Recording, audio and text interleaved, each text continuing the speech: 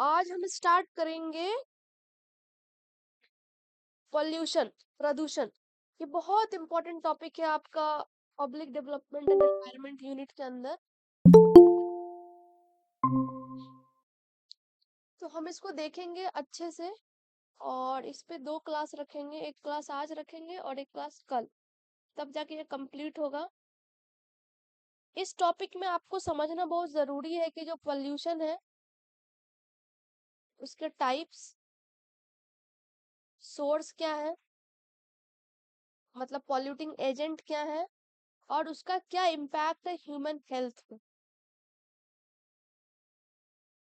जब आप pollution unit को देखोगे तो आपको इन सारे चीज पे ध्यान देना है, सोर्सेस, ह्यूमन हेल्थ पर इम्पैक्ट और किस किस प्रकार के पॉल्यूशन है। Pollution occurs when a substance present in the environment prevents the functioning of natural process and produces harmful environmental and health effect. प्रदूषण कब होता है? जब पर्यावरण में कोई भी सब्सटेंस जो मौजूद है उसके होने से असर पड़ने लगे किस पर? हमारे पर्यावरण पर, मतलब निगेटिव असर, और स्वास्थ्य पर। जब ये तीनों चीज इम्पैक्ट होने लगती है तब वो बन जाता है पॉल्यूटिंग एजेंट, जो भी सब्सटेंस है, और उससे होता है पॉल्यूशन। तो जो एजेंट है, जो इन्वायरमेंट को, कंपोनेंट को कंटामिनेट करता है, प्रदूषित करता है, उसको कहते हैं प्रदूषक, उसको कहते हैं हम pollutant. A normal constituent of the environment becomes a pollutant if its concentration increases beyond the acceptable limits, destroying its usefulness. कोई भी चीज अगर हमारे पर्यावरण में जितना जरूरत है उससे ज्यादा हो जाए तब उसका हमें निगेटिव इम्पैक्ट देखने को मिलता है।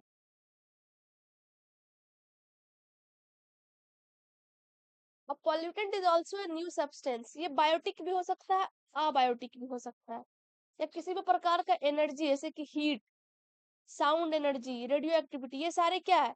पॉल्यूशन के टाइप्स है। में ऐड होते हैं किसी भी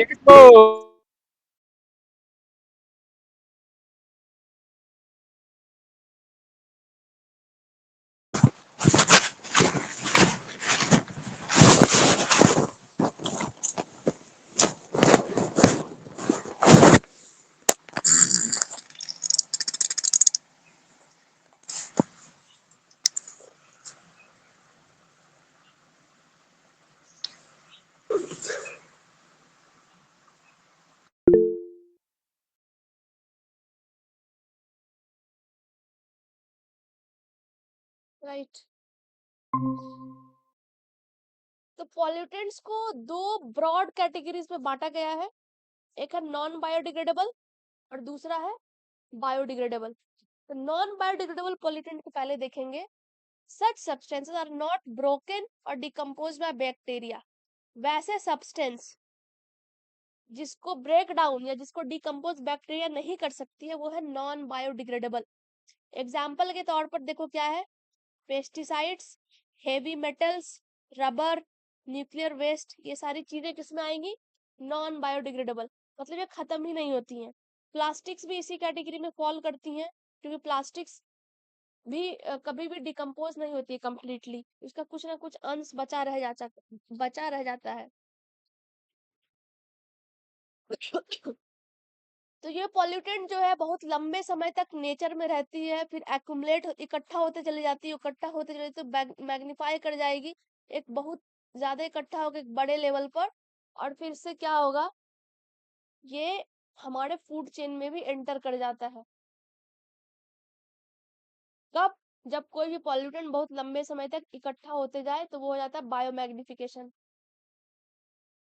फिर ये इतना ज्यादा इकट्ठा हो जाता है कि ये हमारे फूड चेन में भी पेनेट्रेट करने में सक्सेसफुल हो जाता है। दूसरा है बायोडिग्रेडेबल।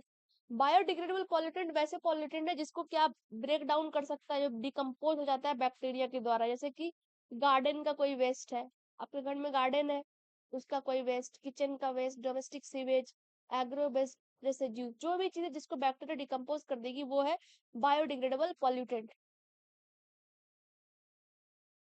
तो ये जो डिकम्पोजिशन होता है इन पॉल्यूटेंट का नेचुरली भी होता है, अपने आप हो जाता है, या फिर हम उसके लिए अलग अलग ट्रीटमेंट प्लांट रख सकते हैं और उसमें हम उसको ट्रीट करके बायोडिग्रेड कर देते हैं। तो इस तरह से सच मैनमेड सिस्टम्स जो ट्रीटिंग प्लांट्स वगैरह है एनहांस करती है कि नेचर की जो कैपेसिटी है डिकम्पोज करने की वो स्पीड में हो। नेचुरली दो प्रोसेस चल रहा है, एक जो नेचुरली अपने आप डिकम्पोज हो रहा है, दूसरा जो आपने ट्रीटमेंट प्लांट बनाया है उसमें भी डिकम्पोज हो रहा है। तो ये जो बायोडिग्रेडेबल पॉल्यूटेंट है, अगर आपने इसको ट्रीट नहीं किया, इसको डिकम्पोज नहीं किया, तो ये भी आगे चलकर क्या बन जाएंगे, थ्रेट बन जाएंगे हमारे इन्वायरमेंट के लिए, क्योंकि जब ये भी इकट्ठा होने लगेंगे तो अपने कैपेसिटी लिमिट से ज्यादा हो जाएंगे। जैसे ही अपने कैपेसिटी लिमिट से बढ़ जाएंगे तो ये हमारे इन्वायरमेंट को निगेटिवली इम्पैक्ट करने लगेंगे। तो इन्वायरमेंट में हम भी रहते हैं तो हम पर भी इसका निगेटिव असर पड़ना शुरू हो जाएगा। अब जो सोर्सेज है, ये जो पॉल्यूटेंट्स है, जो केमिकल्स है, जो भी चीजें हैं, इसके दो सोर्स है, एक है पॉइंट सोर्स, एक होता है नॉन पॉइंट सोर्स। इसको एक एक करके देखेंगे कि दोनों क्या है, दोनों में डिफरेंस क्या है।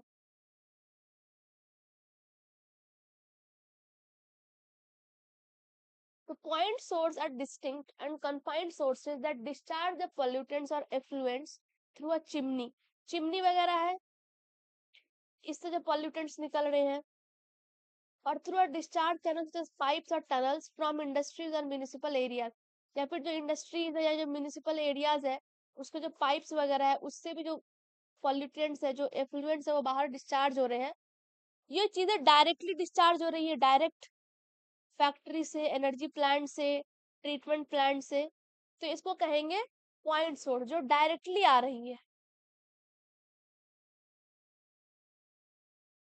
तो इसका एडवांटेज क्या है कि हमें पता है कि अच्छा इस इंडस्ट्री से ये गंदगी आ रहा है, इस इंडस्ट्री से पॉल्यूटेंट आ रहा है, तो हम इसको इजिली कंट्रोल कर सकते हैं, क्योंकि आप आइडेंटिफाई कर पा रहे हो कि डायरेक्ट सोर्स कहाँ है, ये कहाँ से एक्चुअली शुरू हो रहा है सोर्स, तो डायरेक्ट सोर्स है। तो पॉइंट सोर्स का एडवांटेज क्या है कि आप इजिली लोकेट कर सकते हो, इसलिए आप इजिली कंट्रोल भी कर सकते हो। ठीक है, फिर है next non point source. Non point sources और एरिया सोर्सेज और डिफ्यूज्ड सोर्सेज। डिफ्यूज आपको क्लैरिटी नहीं है कि इसका स्रोत क्या है, जो कि बहुत बड़े एरिया पर जो है पॉल्यूटेंट को फैलाता है। तो जो नॉन पॉइंट सोर्स है वो लेस डिस्क्रीट है। इसमें क्या दिखेगा आपको, एग्रीकल्चरल रन ऑफ, जो खेतों से जो चीजें निकल रही है, केमिकल्स वगैरह जो बह रही है वो। स्टॉर्म वाटर रन ऑफ, जैसे कि ऑयल स्पिल हो गया, एटमॉस्फेरिक प्रेसिपिटेशन, ये सारे के सारे जो है नॉन पॉइंट सोर्स में आता है, कि जिनका सोर्स क्या है, डिफ्यूज, आपको क्लैरिटी नहीं है कि कहाँ से एग्जैक्टली ये केमिकल्स आ रही हैं। तो इस तरह से इनको कंट्रोल करना मुश्किल हो जाता है, क्योंकि आपको क्लैरिटी नहीं है कि जो सोर्स है वो क्या है।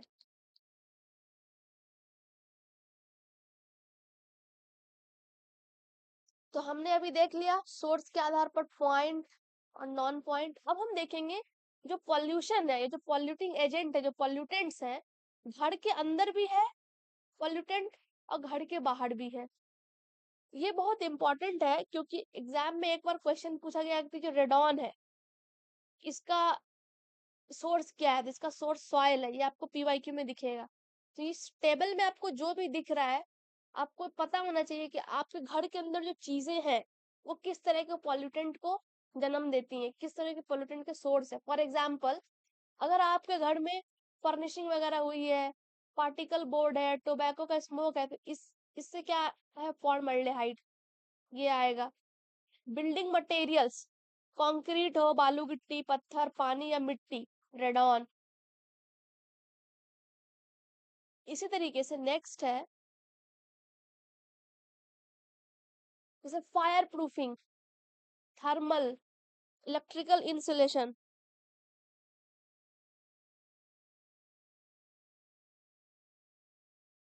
एकोस्टिक, इन सारे चीजों का क्या है pollutant, asbestos, mineral wool, synthetic fibre.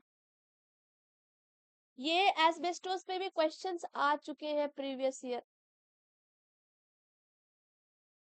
उसी तरीके से जो पेंट अपने घर में होता है, सॉल्वेंट्स है, वार्निश है, कुकिंग है, कॉस्मेटिक्स है, तो ये सारे इनसे भी पॉल्यूटेंट है, जैसे कि निकोटीन हो गया, tobacco smoke, aerosol, volatile organic जो परफ्यूम वगैरह है, उससे भी आपका पॉल्यूटेंट का सोर्स है वो। सिमिलरली पेस्टिसाइड्स जो होते हैं पेंट्स में या लैब वगैरह में कुछ स्पिल कर गया, कुछ केमिकल गिर गया, या फिर जो स्प्रे है उसमें mercury, cadmium, consumer products, animal के डेब्रिस, इन्फेक्टेड ऑर्गेनिज्म, घर का धूल, तो इसमें एरोसेल्स होते हैं अलग अलग कॉम्पोजिशंस के, एलर्जेंस हो सकते हैं। तो ये सारे आपको याद होने चाहिए कि जो इंडोर, जो हमारे घर के अंदर जो भी चीजें हैं उससे किस प्रकार के पॉल्यूटेंट्स आपको दिखेंगे। अब आउटडोर में आ जाओ, जैसे कि कहीं पर अगर कोयला या तेल जल रहा है, स्मेल्टर है, भट्टी है, फायर है, तो उससे क्या निकलेगा? Sulphur oxides. फोटोकेमिकल रिएक्शन है तो ozone. Automobile smelters, lead, manganese. Soil particulates, industrial emission, इससे क्या आएगा? Calcium, chlorine, silicon, cadmium. Petrochemical solvents, organic substances.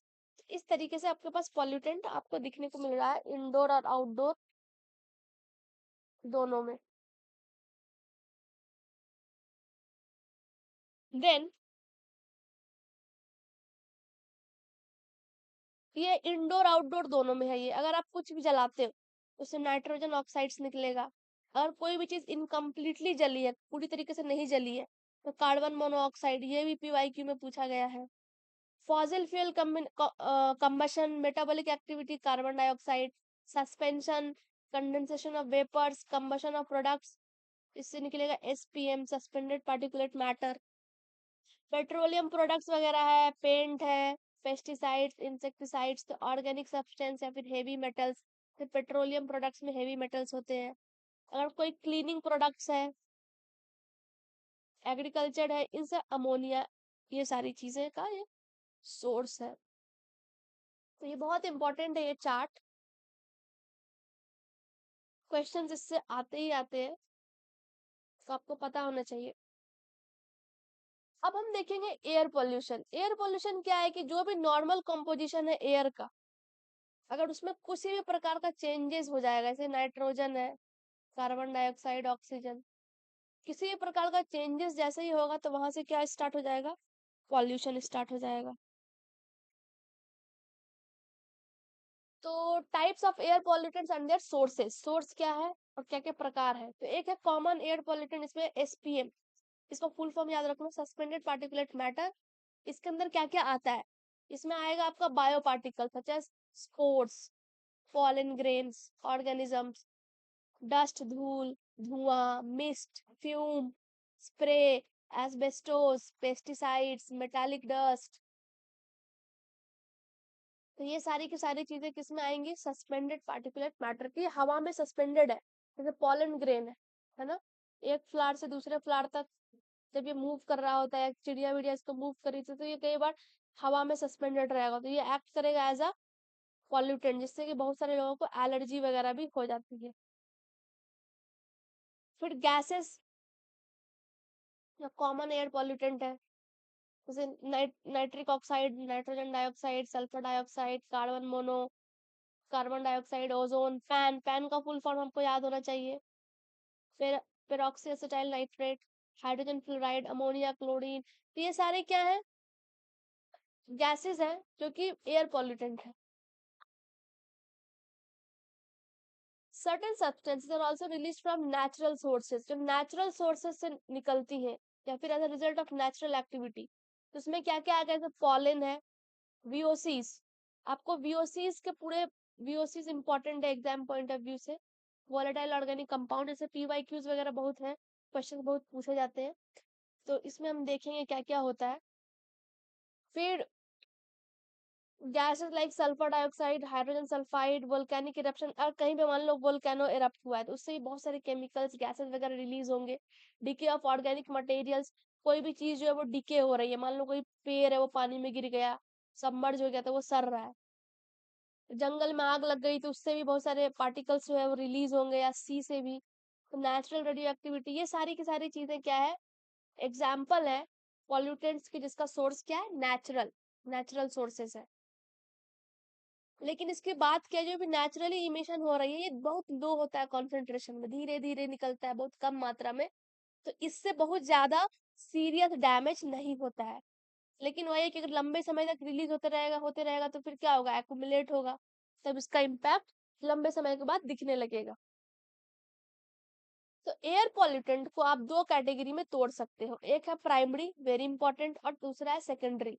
तो प्राइमरी पॉल्यूटेंट जो वो होते हैं जो डायरेक्टली हवा में एमिट होते हैं, किस कारण से, या तो नेचुरल एक्टिविटी के कारण से या फिर ह्यूमन एक्टिविटी। इसके एग्जाम्पल्स आपको पते होने चाहिए। इसमें एग्जाम्पल है पार्टिकुलेट्स, जो सस्पेंडेड पार्टिकुलेट मैटर्स था, sulphur dioxide, nitrogen oxides, carbon dioxide, carbon monoxide, ozone and hydrocarbons, जो कि रिलीज होता है किससे, फ्यूल बर्निंग से। अगर आप कुछ भी जला रहे हो तो कार्बन डाइऑक्साइड रिलीज होगा, अगर इनकम्प्लीट कंबशन है तो कार्बन मोनोऑक्साइड रिलीज होगा। उसी तरीके से ozone, hydrocarbon, sulphur dioxide, particulates, ये वगैरह चीजें रिलीज होती है। तो ये क्या है, प्राइमरी पॉल्यूटेंट जो डायरेक्टली हवा में जाकर रिलीज होकर, अब ये सारी जो पॉल्यूटेंट है वो अपने हमारे एनवायरनमेंट में, हमारे एटमोस्फेयर में घूमती रहेगी। ओजोन हो गया, CO2 हो गया, CO, ये घूमते रहेगी सराउंडिंग्स में। जैसे कि कार्बन मोनोऑक्साइड है ना, अगर आपने कुछ भी जलाया, इनकम्प्लीट कंबशन है, तो वो रिलीज करते हैं ये।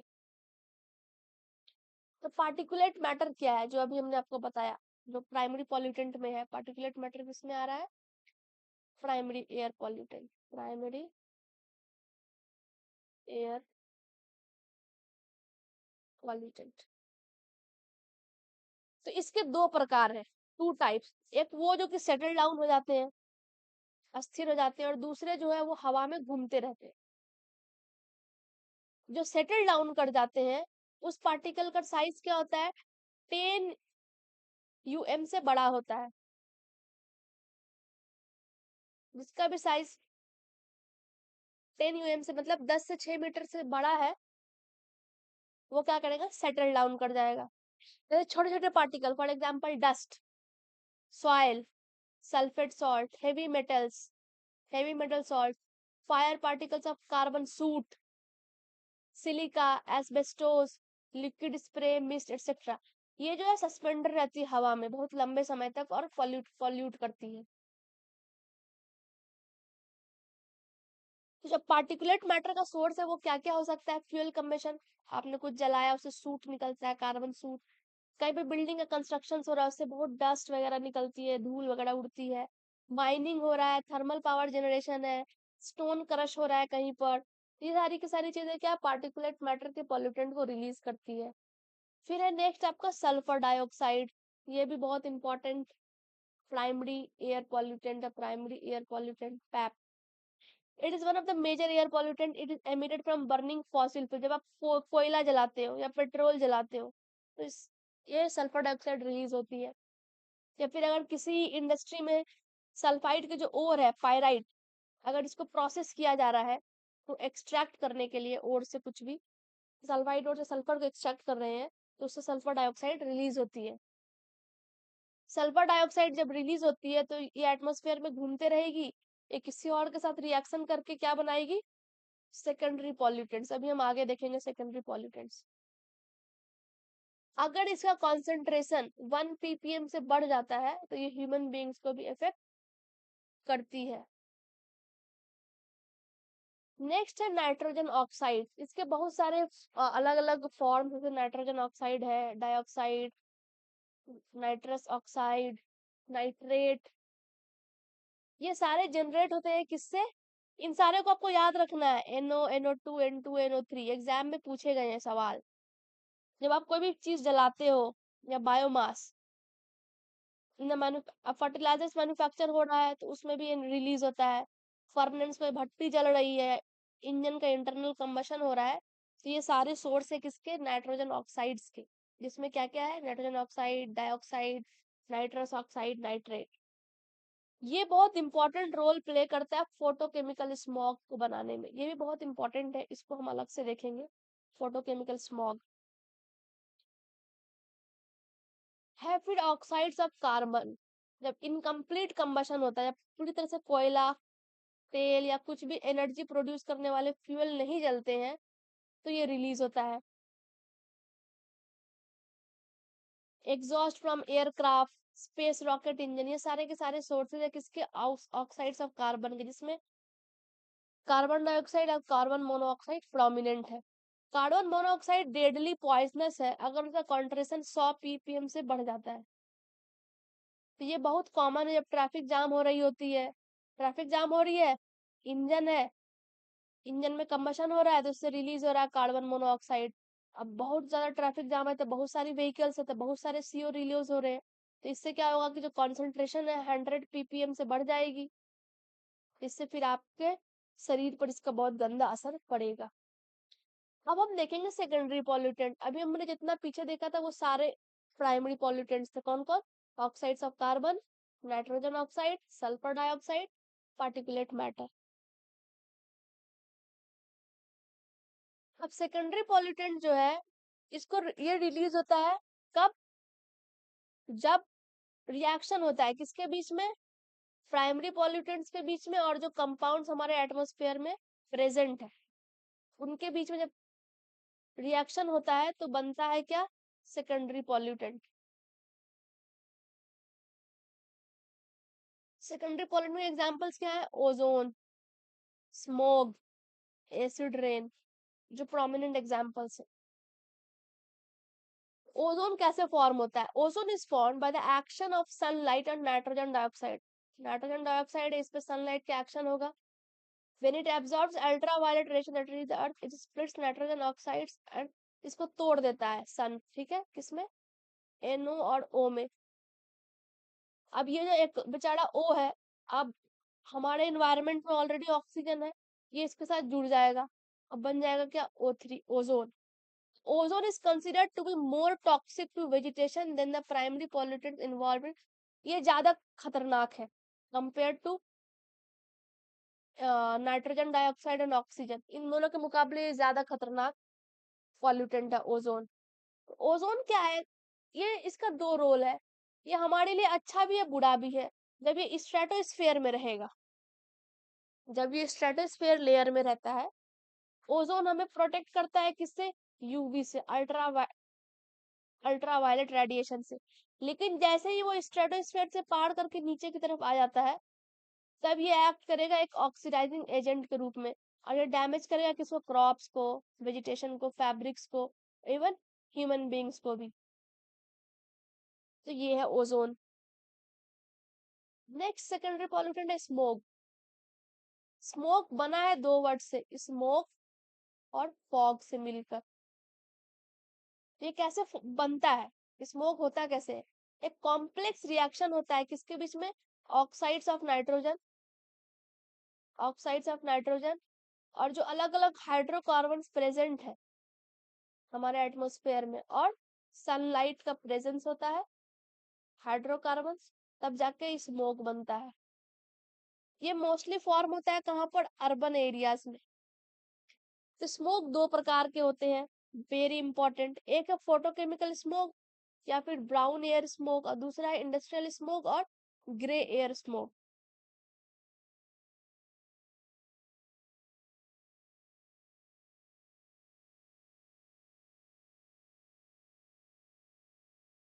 इतना दूर क्लियर है? Any doubt? समझ आ रहा है आपको? अब सबको रट लेना है। फोटोकेमिकल स्मोक का दूसरा नाम है, एक सेकेंड या जो फोटोकेमिकल स्मोक है इसके कुछ नेम्स है जो आपको एग्जाम में दिखे तो हो सकता है आप कंफ्यूज कर जाओ। इसका दूसरा नाम है ऑक्सीडाइजिंग स्मोक। ठीक। और एक होता है सल्फ्यूरस स्मोक।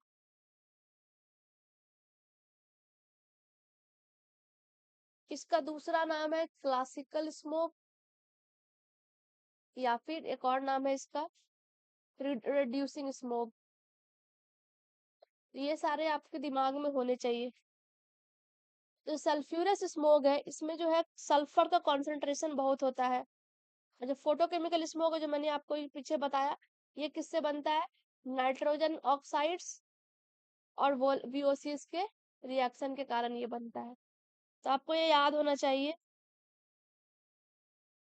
इन दोनों स्मोक के बारे में। सल्फ्यूरस स्मोक का एक और नाम है, वो है लंदन स्मोक। इसी तरह से फोटोकेमिकल स्मोक का नाम होगा लॉस एंजलिस स्मोक। अस्सलाम वालेकुम मैम। जी बोलिए। मैम ये जो आप लिखा जा रहा है ये पढ़ा नहीं जा रहा, जो अभी आप मार्क कर रहे हैं ना, ये पढ़ा नहीं जा रहा है। मतलब इन केस अगर हम इनको नोट करना चाहें तो ये पढ़ा नहीं जा रहा है। अच्छा, जी जी।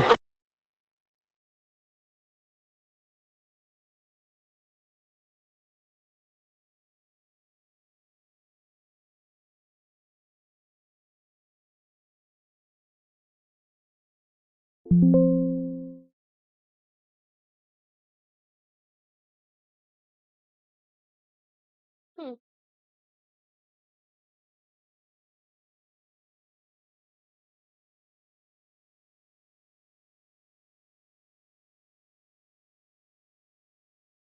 देखो, एक फोटोकेमिकल स्मोक,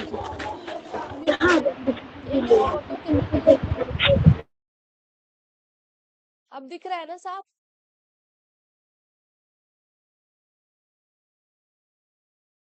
जी मैम आप ठीक है। जी जी, थैंक यू मैम। हाँ। ये दूसरा है सल्फ्यूरस स्मोक।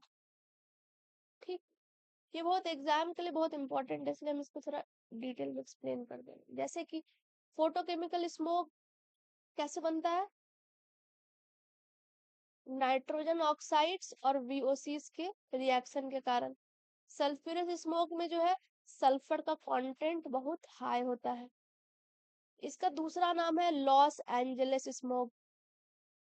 इसका दूसरा नाम है लंदन स्मोक। इसको क्लासिकल स्मोक भी बोलते हैं। इसको रिड्यूसिंग स्मोक भी बोलते हैं। इसमें हो जाएगा ऑक्सीडाइजिंग स्मोक।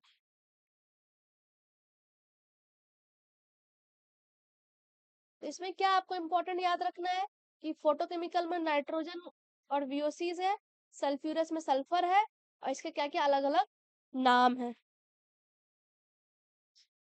जैसे हमने आपको बता दिया कि नाइट्रोजन ऑक्साइड किससे रिलीज होता है, व्हीकल से, ऑटोमोबाइल से या फैक्ट्री से। वीओसी जो है वो रिलीज हो सकता है पेंट्स से,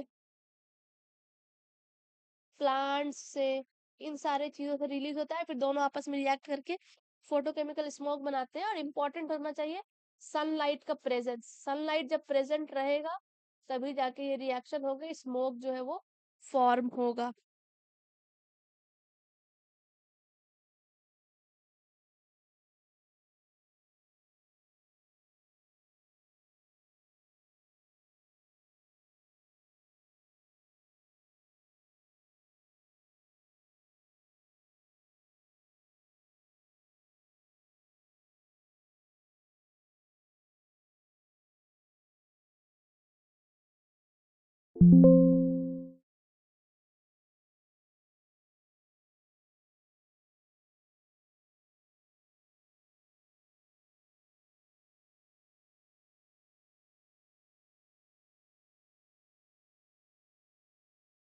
Hmm. So the hydrocarbons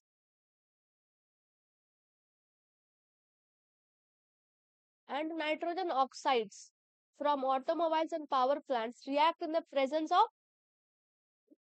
ma'am sunlight. ये जो आप मार्कर यूज करें ना, ये रेड से, या रेड से अच्छा मतलब पढ़ा जाता है, रेड वाला। हाँ Red, हाँ हाँ, रेड ठीक है। ये जो ब्लू है ना, ये ठीक है, नजर नहीं आता। हाँ थैंक यू। ओके। हाँ, तो जो ऑटोमोबाइल्स या पावर प्लांट से जो रिलीज होते हैं हाइड्रोकार्बन या नाइट्रोजन ऑक्साइड्स, तो जब सनलाइट का प्रेजेंस होता है तभी आपस में रिएक्ट करके फोटोकेमिकल स्मोक बनाते हैं। फोटोकेमिकल स्मोक से पेड़ खराब होती हैं, जो रबड़ के प्रोडक्ट्स है उसको वो डैमेज करता है, बहुत सारे बीमारियां भी दे जाता है। जो पैन है, पेरोक्सी एसिटाइल नाइट्रेट, ये इंजरी करती है प्लांट्स को।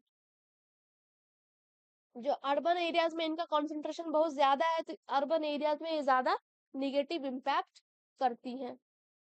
बहुत सारे सल्फर ऑक्साइड्स, पार्टिकुलेट्स, जो अभी हमने आपको पीछे पार्टिकुलेट्स बताए इतने सारे, ये जो ड्रॉपलेट्स हैं वो कंबाइन करती है एटमॉस्फेयर के मॉइस्चर में और प्रोड्यूस करती है एक ग्रेइश हेज, भूरे रंग का हेज, जिसको कहते हैं grey smoke, industrial smoke, sulphurous smoke, जो भी हमने आपको बताया, London smoke, classical smoke, reducing smoke, ये सारे के सारे इसमें आते हैं। इसमें क्या इंपॉर्टेंट होता है? सल्फर ऑक्साइड्स का प्रेजेंस होना और साथ में ड्रॉपलेट्स। ये बिल्डिंग्स पे सेटल करती हैं फॉग बनने के बाद, और उनका कलर जो है वो एकदम बेकार सा काला कर देती हैं। जब ये पेड़ों पर जम जाती हैं तो इसके कारण जो फोटोसिंथेसिस प्रोसेस है, जो बहुत इंपॉर्टेंट है पेड़ के सर्वाइवल के लिए, अपने खाना को बनाने के लिए, उसको भी ये इम्पैक्ट करती हैं।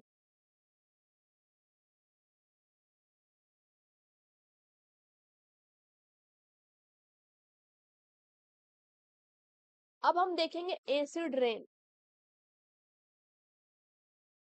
जो प्राइमरी पॉल्यूटेंट है, जो हमने आपको ये पीछे बताया, सल्फर डाइऑक्साइड और ऑक्सीजन, ये रिएक्ट करती है हमारे एटमॉस्फेयर में और क्या बना देती हैं? Sulphur trioxide. ठीक है, और सल्फर ट्राइऑक्साइड क्या है? एक सेकेंडरी पॉल्यूटेंट है। फिर ये सल्फर ट्राइऑक्साइड जो है वाटर वेपर जो हमारे एटमॉस्फेयर में प्रेजेंट है, उसके साथ रिएक्ट करके ये बनाती है H2SO4, सल्फ्यूरिक एसिड, जो कि कंपोनेंट है किसका? एसिड रेन का। इसको समझो, एसिड रेन देखो कैसे स्टेप से बन रहा है। पहले जो प्राइमरी पॉल्यूटेंट है वो आपस में रिएक्शन करके सेकेंडरी पॉल्यूटेंट बनाते हैं सल्फर ट्राइऑक्साइड। जो सल्फर ट्राइऑक्साइड बन के हमारे एटमॉस्फेयर में घूमते रहता है तो वो वाटर वेपर से टकराता है, उससे रिएक्शन करके बनाता है क्या? सल्फ्यूरिक एसिड, जो कि एक बहुत मेजर कंपोनेंट है किस चीज के लिए? एसिड रेन के लिए।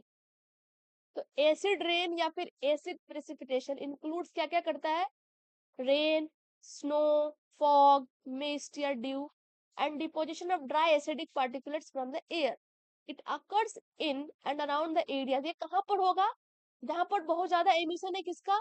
सल्फर डाइऑक्साइड का, ऑक्साइड्स ऑफ नाइट्रोजन का, राइट। हमने आपको बता दिया है ये जो सब प्राइमरी पॉल्यूटेंट है, इसके सोर्स क्या है भी पिछले स्लाइड में बता रखा है। ये जहां पर इनकी मात्रा बहुत ज्यादा होती है वहां पर एसिड रेन के फॉर्मेशन का संभावना बढ़ जाता है। तो hydrochloric acid emitted from coal fired power plants also adds to acid rain problem। जो हाइड्रोक्लोरिक एसिड रिलीज होती है ये भी एसिड रेन के प्रॉब्लम को बढ़ाती है। Acid depositions have disasters effects. इसका बहुत ही डिजास्टर्स इफेक्ट देखने को मिलता है लाइफ फॉर्म्स पे, साथ में मटेरियल्स पे। जो पीएच है of aquatic bodies is lowered. जो एक्वेटिक बॉडीज है इसकी अपनी पीएच वैल्यू है, तो एसिड रेन होने के कारण क्या होता है? पीएच वैल्यू जो है वो कम होती जाती है। तो जो भी बायोटा है, जो भी चीजें यहाँ पर प्रेजेंट है, उनके सर्वाइवल पे दिक्कत आ जाती है। सॉइल फर्टिलिटी को भी एसिड रेन जो है वो बहुत बुरी तरीके से प्रभावित करता है। अब हम नेक्स्ट देखेंगे ग्लोबल वार्मिंग। इसमें आपको सबसे पहले याद रखना है कि कौन कौन से ग्रीन हाउस गैसेस होते हैं। आपको एग्जाम में डायरेक्ट पूछेंगे ग्रीन हाउस गैसेस कौन कौन है, आपको एबीसीडी लिस्ट दे देंगे, फिर आप उसमें चूज कर। तो ग्रीन हाउस गैसेस है आपका carbon dioxide, N2O, ozone, methane, H2O, water, water vapour और फ्लोरोफ्लोरोकार्बन्स। तो यहाँ पे ऐसे बताया जा रहा है कि जो कॉन्सेंट्रेशन है कार्बन डाइऑक्साइड का वो 31% तक बढ़ गया है। मीथेन जो है वो डबल हो गया है अपने पिछले प्रोडक्शन से। और जो नाइट्रस ऑक्साइड है वही बाय 17% इंक्रीज हो गया है। तो ग्लोबल वार्मिंग जो है ग्रीन हाउस गैसेस के मात्रा के बढ़ने के कारण हमारे जो ग्लोब है वो वार्म हो रहा है। तो आपको याद रखना है कि ग्रीन हाउस गैसेस कौन कौन से हैं, वेरी इंपॉर्टेंट। अब हम देखेंगे जो एयर पॉल्यूटेंट्स अभी जो हमने देखे, प्राइमरी पॉल्यूटेंट, सेकेंडरी पॉल्यूटेंट, इसका क्या असर पड़ता है ह्यूमन हेल्थ पर, वेरी इंपॉर्टेंट। तो एयर पॉल्यूटेंट जो है वो ज्यादातर इम्पैक्ट करेगा किस पर? रेस्पिरेटरी सिस्टम पर, इंसान के, और उनके हेल्थ को भी इसी तरीके से इफेक्ट करेगा। तो जो हेल्थ पर इफेक्ट उसको दो भाग में तोड़ा गया है, एक है एक्यूट हेल्थ इफेक्ट, एक है क्रॉनिक हेल्थ इफेक्ट। एक्यूट मतलब जो तीव्र, उसका वो तुरंत आप हमारे हेल्थ पर इम्पैक्ट डाल रहा है और हमें उसकी दिख रही है बीमारी क्या हो रहा है। और एक है क्रॉनिक, जो धीरे धीरे धीरे धीरे धीरे धीरे इम्पैक्ट करता है फिर अचानक से बहुत बड़ा इम्पैक्ट आपको देखने को मिलेगा। जो एक्यूट इफेक्ट्स में क्या है, जब एयर पॉल्यूटेंट का लेवल बढ़ जाता है सडनली हमारे एनवायरनमेंट में, तो उसका बहुत बुरा असर पड़ता है हमारे पे। ऐसे हेडेक होने लगेगा, है ना, अगर ट्रैफिक में हो, बहुत गर्मी है, ट्रैफिक में कंबशन हो रहा है व्हीकल्स का, तो उससे कार्बन मोनोऑक्साइड, कार्बन डाइऑक्साइड ये सब रिलीज हो रही है, तो इससे आपके सर में दर्द हो सकता है। या फिर कोल्ड हो गया, मान लो आपके एनवायरनमेंट में डस्ट वगैरह बहुत ज्यादा है, तो हो सकता है आप एलर्जिक हो डस्ट से, तो उससे भी आपकी तबीयत खराब हो जाएगी। नोज में इरिटेशन हो, म्यूकस लाइनिंग में इरिटेशन होने लगे, इचिंग होने लगे, आंखें स्वेल कर जाए, तो जो चीजें जो जैसे ही पॉल्यूटेंट का मात्रा बढ़ा, उसका इम्पैक्ट तुरंत आपके शरीर पर अलग अलग पार्ट्स पर दिखने लगता है। तो जैसे ही हवा क्लीन हो जाता है, तो ये जो चीजें हैं ये भी डिसअपेयर होने लग जाती हैं। आंखों में इरिटेशन होने लगेगा, हेडेक, हेडेक मोस्ट कॉमन है हेडेक, कि आपको एकदम थोड़ा थोड़ा धीमा धीमा सर में दर्द होगा, चिड़चिड़ मचने लगेगा, इस तरह से। फिर है क्रॉनिक हेल्थ इफेक्ट। इसमें क्या होता है, जब इस आप एयर पॉल्यूटेंट से लंबे समय तक एक्सपोज रहते हो, 1 महीना, 2 महीना, 1 साल, 2 साल, 5 साल, 10 साल, तब ये दिखने लगता है। इसमें क्या आ जाएगा, जैसे lung cancer, shortness of breath, asthma, chronic bronchitis. इसमें क्या होता है, जो ब्रोंचियोल्स है वो इन्फ्लेम कर जाती है, तो वो डैमेज करती है, आपको खांसी होने लगेगी, सांस नहीं आएगी, एफिम्सेमा। देखो ये सारी चीजें आपको याद रखना है, ये क्या होता है, जो अल्वियोली है, जो हमारे लंग्स के अंदर होता है, उसको ये डैमेज करती है। तो इस तरीके से जो है क्रॉनिक हेल्थ इफेक्ट हो गया, और दूसरा था एक्यूट इफेक्ट्स। अब हम यहाँ देखेंगे जो एयर पॉल्यूटेंट है और उनके इम्पैक्ट्स, वेरी इंपॉर्टेंट। जो कार्बन के ऑक्साइड्स है, कौन कौन, कार्बन डाइऑक्साइड और कार्बन मोनोऑक्साइड, इसके सोर्स आपको यहाँ पे मिल जा रहे हैं टेबल में। देखो CO2 का बहुत बड़ा इम्पैक्ट किसमें है, ग्रीन हाउस इफेक्ट में, ग्लोबल वार्मिंग। ये प्रोड्यूस करती है कार्बोनिक एसिड, जिससे एसिड रेन, जो एसिड रेन को बढ़ावा देता है। कार्बन मोनोऑक्साइड जो है वो हमारे हेमोग्लोबिन पर असर करता है, जिसके कारण हो सकता है आपको एस्फिक्सिया, इसको याद रखना इस बीमारी को। Haemoglobin has 250 times more affinity with CO as compared to that O2। Haemoglobin जो है वो ज्यादा किसके तरफ अट्रैक्ट होता है, कार्बन मोनोऑक्साइड के साथ। तो आपके बॉडी में जो ऑक्सीजन का जो लेवल है वो कम होने लगे है, क्योंकि हेमोग्लोबिन ऑक्सीजन को बाइंड नहीं कर रहा, वो CO कार्बन मोनोऑक्साइड को चिपका के आपको पूरे बॉडी में सर्कुलेट करा रहा है। नेक्स्ट पॉल्यूटेंट है ऑक्साइड्स ऑफ सल्फर। इसमें सल्फर डाइऑक्साइड, ट्राइऑक्साइड और सल्फेट है। इसका सोर्स क्या है, कि जो कंबशन होती है कोयले की, पेट्रोल की, पेपर मैन्युफैक्चरिंग इंडस्ट्री की, इस तरह के, है ना। तो ये बहुत ज्यादा सीवियर इम्पैक्ट करता है, और ये बहुत इंपॉर्टेंट प्रीकर्सर है किसके लिए, एसिड रेन के लिए, जो हमने आपको बताया सल्फर ट्राइऑक्साइड कैसे बनता है, और फिर कैसे वो सल्फ्यूरिक एसिड बनाकर एसिड रेन के फॉर्मेशन में हेल्प करता है। इससे क्या होता है, ये कोरोड कर देता है, जो पेंट की भी चीजें हैं, मेटल्स है, उन सबको भी ये खराब करता है। कौन, oxides of sulphur, sulphur dioxide. फिर है ऑक्साइड्स ऑफ नाइट्रोजन, जिसमें nitrogen oxide, nitrogen dioxide, nitrous oxide, nitrate. इसका सोर्स क्या है, कंबशन, बायोमास बर्निंग, या फिर by products in the manufacturing of fertiliser. जो फर्टिलाइजर बन रही है उसका जो बाय प्रोडक्ट निकलता है, तो उसमें ये चीजें आती हैं। तो ये सेकेंडरी पॉल्यूटेंट फॉर्म करेंगे कि peroxy acetyl nitrate, nitric acid, plant के ग्रोथ को रोकता है, टिश्यू को डैमेज करता है, आंखों में इरिटेशन करता है, वायरल इन्फेक्शन की इन्फ्लुएंजा हो जाएगा आपको। Nitrate form in atmosphere impair the visibility. अगर ये एटमोस्फेयर में नाइट्रेट बन रहा है तो साफ साफ आपको कुछ दिखेगा नहीं, सब कुछ धुंधला धुंधला रहेगा। लेकिन सॉइल में ये प्लांट ग्रोथ करता है, तो इसका ये एक प्लस पॉइंट है कि अगर ये मिट्टी में है तो पेड़ों को ग्रो करने में हेल्प करता है, इन्वायरमेंट में है तो पॉल्यूटेंट है। अब देखो ये इंपॉर्टेंट है, आपको याद रखना है वीओसीज। वीओसीज के ये सारे आपको पता होने चाहिए, एग्जाम में पूछे जाते हैं। आपको एग्जाम में वीओसीज पूछेंगे, आपको लिस्ट दे देंगे ABCD, अब इसमें से चुनो। तो वीओसीज methane, butane, ethylene, benzene, benzopyrene, propane. Hydrocarbon का दूसरा नाम है VOCs। ये इसके सोर्स क्या है? ये जो है ये सोर्स है। तो जो गैसोलीन टैंक है उससे जो भाप से निकलता है, फ्यूल आप बर्न कर रहे हो, बायोमास, म्यूनिसिपल लैंडफिल, मतलब गड्ढा करके उसमें बहुत सारे कचरे आपने डंप कर दिया तो इससे रिलीज होता है मीथेन। मीथेन क्या है? VOCs में आता है। तो ये सारी चीजें के सोर्स है। तो इसके इफेक्ट क्या होंगे? कार्सिनोजेनिक इफेक्ट होंगे। तो एग्जाम में क्वेश्चन पूछते हैं कि VOCs के इफेक्ट किस प्रकार के हैं, तो इसका आंसर होता है carcinogenic. Higher concentration are toxic, अगर इसकी मात्रा बढ़ जाए तो पेड़ और जानवर दोनों को इम्पैक्ट करता है।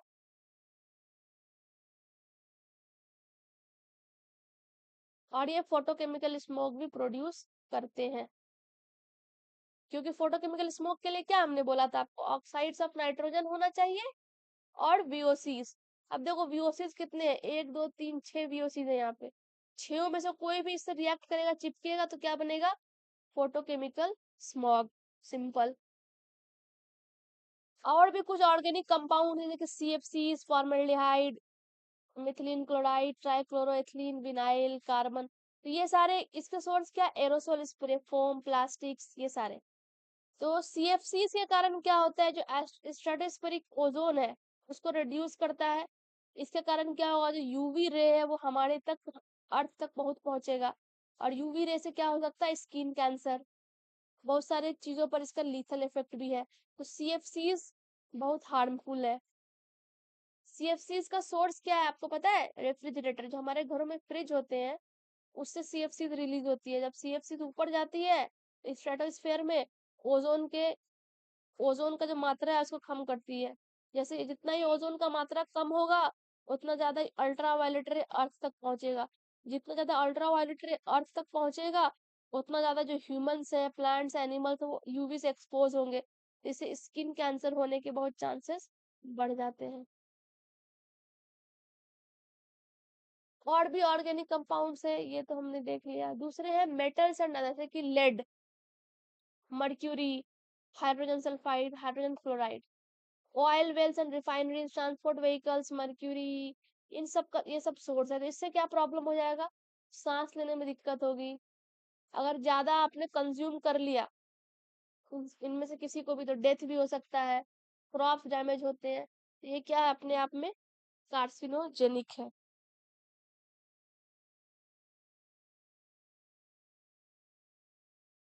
कार्सिनोजेनिक क्या होता है?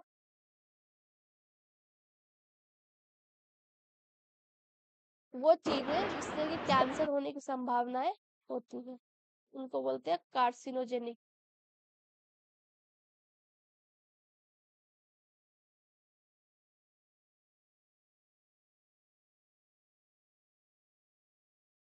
अब देखो जो लिक्विड ड्रॉपलेट्स हैं जैसे कि H2SO4, sulphuric acid, nitric acid, oil, या फिर पेस्टिसाइड्स, तो ये कंट्रीब्यूट किस में करते हैं? एसिड रेन में, जो ये बहुत इंपॉर्टेंट है उसके लिए। तो इससे कोरोजन होगी, डैमेज होगा।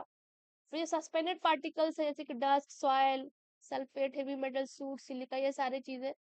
इसका भी क्रॉनिक इफेक्ट पड़ेगा रेस्पिरेटरी सिस्टम में, लंग्स खराब होंगी।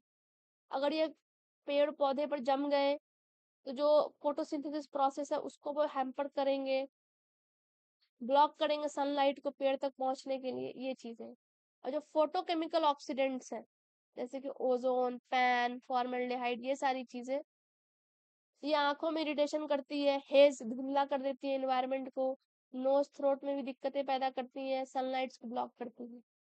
तो देखो आपको क्या क्या याद रखना है इस टेबल में से, आप ये समझ लो। ये आपको होना चाहिए पता, VOCs सारे, फोटोकेमिकल स्मोक से रिलेशन, CFCs, ओजोन, ये सारे। फिर